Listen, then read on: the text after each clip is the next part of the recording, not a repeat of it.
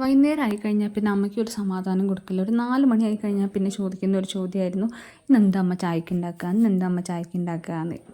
പതിവ് നമ്മൾ തെറ്റിക്കില്ല. അതൊക്കെ നമ്മൾ പണ്ടേ പഠിച്ച ശീലങ്ങളാണല്ലോ, അതൊന്നും ഇപ്പോഴും തെറ്റിക്കുന്നില്ല. ഇപ്പം ഞാൻ വീട്ടിൽ വന്ന സമയത്ത് അമ്മയോട് ചോദിച്ചു, എന്താ അമ്മ ചായക്ക് ഉണ്ടാക്കുന്നേ ചോദിച്ചു.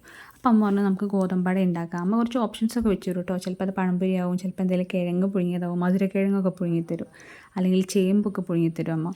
ചമ്മന്തിയൊക്കെ കൂട്ടി കഴിക്കാൻ നല്ല ടേസ്റ്റാണ്. അപ്പോൾ നമ്മൾ ഇന്ന് ഗോതമ്പ് അടയാണ് ഉണ്ടാക്കുന്നത്. ഗോതമ്പ് മാവാട്ട് എടുത്തിട്ടുള്ളത്. അപ്പോൾ അതിന് നമ്മൾ യൂസ് ചെയ്യുന്ന ഇലമങ്ങലത്തിൻ്റെ ഇലയാണ്. താട്ടിന് ഇലമങ്ങലത്തിൻ്റെ ഇല കൊടുത്തിട്ടുണ്ടായിരുന്നു. അപ്പോൾ അത് കുറച്ച് ദിവസം 2-3 ദിവസം നിന്നപ്പോഴാണ് കേട്ടോ അതിന് ആ കളറ് വന്നത്. കേടായതല്ല, അത് ഉണങ്ങാൻ തുടങ്ങുന്നതാണ്. ബട്ട് സ്റ്റിൽ അത് നമുക്ക് യൂസ് ചെയ്യാൻ പറ്റും. എന്നുവെച്ചാൽ അതിൻ്റെ സ്മെല്ലും അതിൻ്റെ ഫ്ലേവറൊക്കെയാണല്ലോ നമുക്ക് വേണ്ടത്. അപ്പോൾ അത് നമ്മൾ അതിന് അടയ്ക്ക് വേണ്ടിയിട്ടുള്ള ഫില്ലിങ്ങിന് വേണ്ടിയിട്ട് തേങ്ങ ശർക്കരയും റെഡിയാക്കി വെച്ചിട്ടുണ്ട്.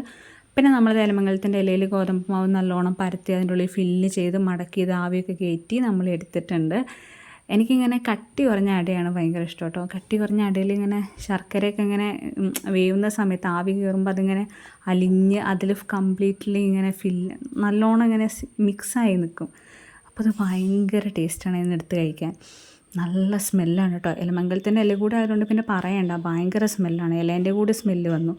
അപ്പോൾ എനിക്കിഷ്ടം ഇതുപോലെ കുഞ്ഞ് പോർഷൻ എടുത്തിട്ട് ഒറ്റയടിക്ക് ഇങ്ങനെ കഴിക്കല്ല, എന്നിങ്ങനെ ഒരു കുഞ്ഞ് പോർഷൻ എടുത്തിട്ട് ആ തേങ്ങ ശർക്കരയിലൊക്കെ ഇങ്ങനെ മിക്സ് ചെയ്ത് അങ്ങനെ കഴിക്കാനാണ് എനിക്ക് ഭയങ്കര ഇഷ്ടം.